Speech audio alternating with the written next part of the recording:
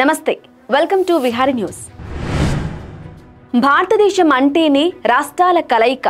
ఒక్కో ప్రాంతంలో ఒక్కో సంప్రదాయం, ఒక్కో వేషధారణ, ఒక్కో ఆహారపు అలవాట్లు.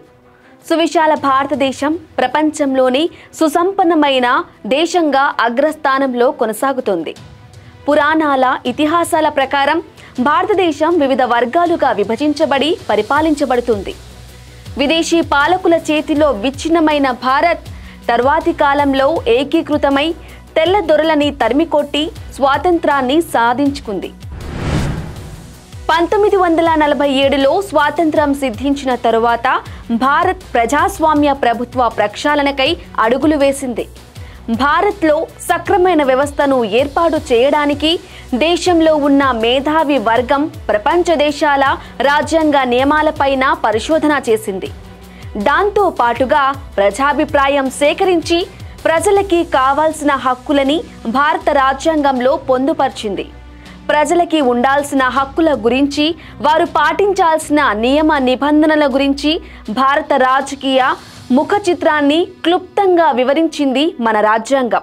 దేశంలో మొట్టమొదటిసారిగా 1952లో ప్రజాస్వామ్య పద్ధతిలో ఎన్నికలు జరిగాయి. ఈ ఎన్నికల్లో కాంగ్రెస్ దిగ్విజయం సాధించింది.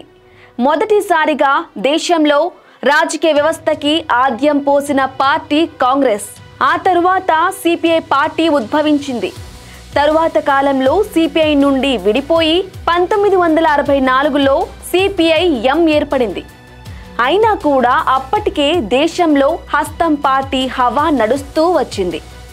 1952 నుండి 1977 వరకు కాంగ్రెస్ పాలన కొనసాగుతున్న క్రమంలో 1975లో ఇందిరాగాంధీ ప్రధానమంత్రిగా దేశంలో అత్యవసర పరిస్థితి విధించింది.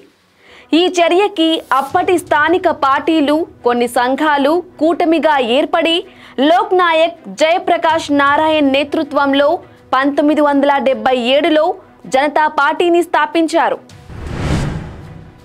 అప్పటికే దేశంలో కాంగ్రెస్కి ప్రతికూల పవనాలు వీస్తూ ఉండటంతో ఆ సంవత్సరం జరిగిన సాధారణ ఎన్నికల్లో జనతా పార్టీ విజయం సాధించింది. జనతా పార్టీలో భారతీయ జనసంఘ్, భారతీయ లోక్దల్, సోషలిస్ట్ పార్టీ, కాంగ్రెస్ ఓ పార్టీలు ముఖ్య పాత్ర పోషించాయి. ఇక తమిళనాడులో 1949లో పెరియార్ సామాజిక ప్రజాస్వామ్య దృక్పథం ఆధారంగా అన్నాదురై డిఎంకే పార్టీని స్థాపించారు. దీనిలో సభ్యుడిగా ఉన్న ఎంజి రామచంద్రన్ డిఎంకేని విభేదించి 1972లో అన్నా డిఎంకేని ఏర్పాటు చేశారు. ప్రస్తుతం తమిళనాడులో డిఎంకే పార్టీ అధికారంలో ఉంది. 1977 నుండి ప్రభుత్వంలో ఉన్న జనతా పార్టీలో 1980 నాటికి కుమ్ములాటలు తారా స్థాయికి చేరాయి. దీంతో దేశ ప్రజల చూపు మళ్ళీ కాంగ్రెస్ వైపు మళ్ళింది. దీంతో మరలా కాంగ్రెస్కే పట్టం కట్టారు. ఇదే సమయంలో చారిత్రక ఘట్టం చోటు చేసుకుంది. విచ్ఛిన్నమైపోయిన జనతా పార్టీ నుండి భారతీయ జనతా పార్టీ ఉద్భవించింది.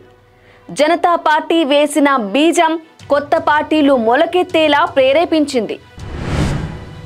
1980 నుండి ప్రాంతీయ పార్టీలు పుట్టగొడుగులా పుట్టుకొచ్చాయి. 1980లో ఏర్పాటైన బీజేపీ ప్రస్తుతం దేశాన్నే కమలవశం చేసుకుంది. 1982లో ఉమ్మడి ఆంధ్రప్రదేశ్లో తెలుగువారి ఆత్మగౌరవం నినాదంతో పార్టీ పెట్టి కేవలం 9 నెలల్లోనే ప్రభుత్వాన్ని ఏర్పాటు చేశారు ఎన్టీ రామారావు.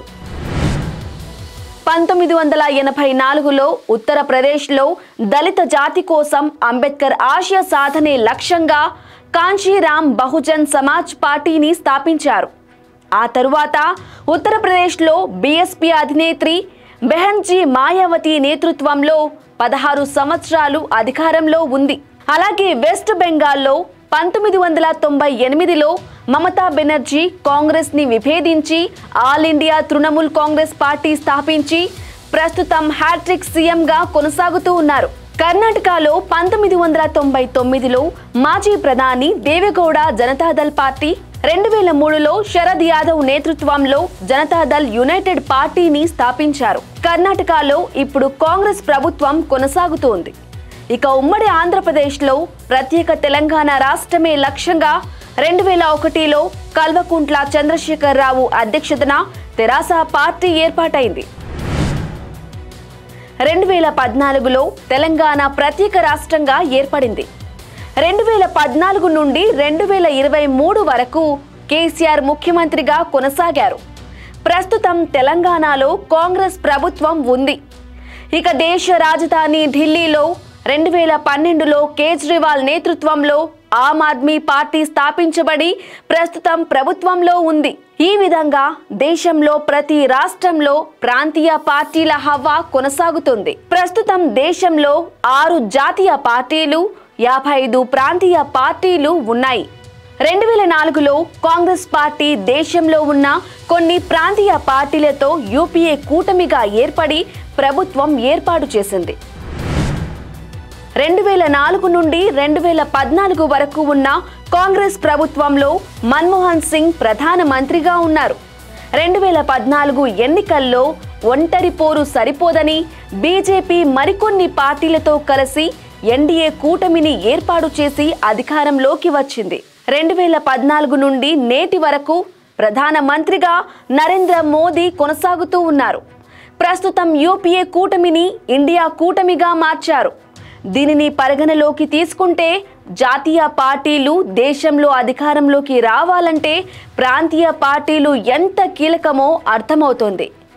ఎన్డీఏ కూటమిలో 38 పార్టీలు ఉండగా ఇండియా కూటమిలో 28 పార్టీలు ఉన్నాయి. ఈ విధంగా దేశంలో ప్రాంతీయ పార్టీలు తమ హవా కొనసాగిస్తున్నాయి. For more updates keep watching Vihari news.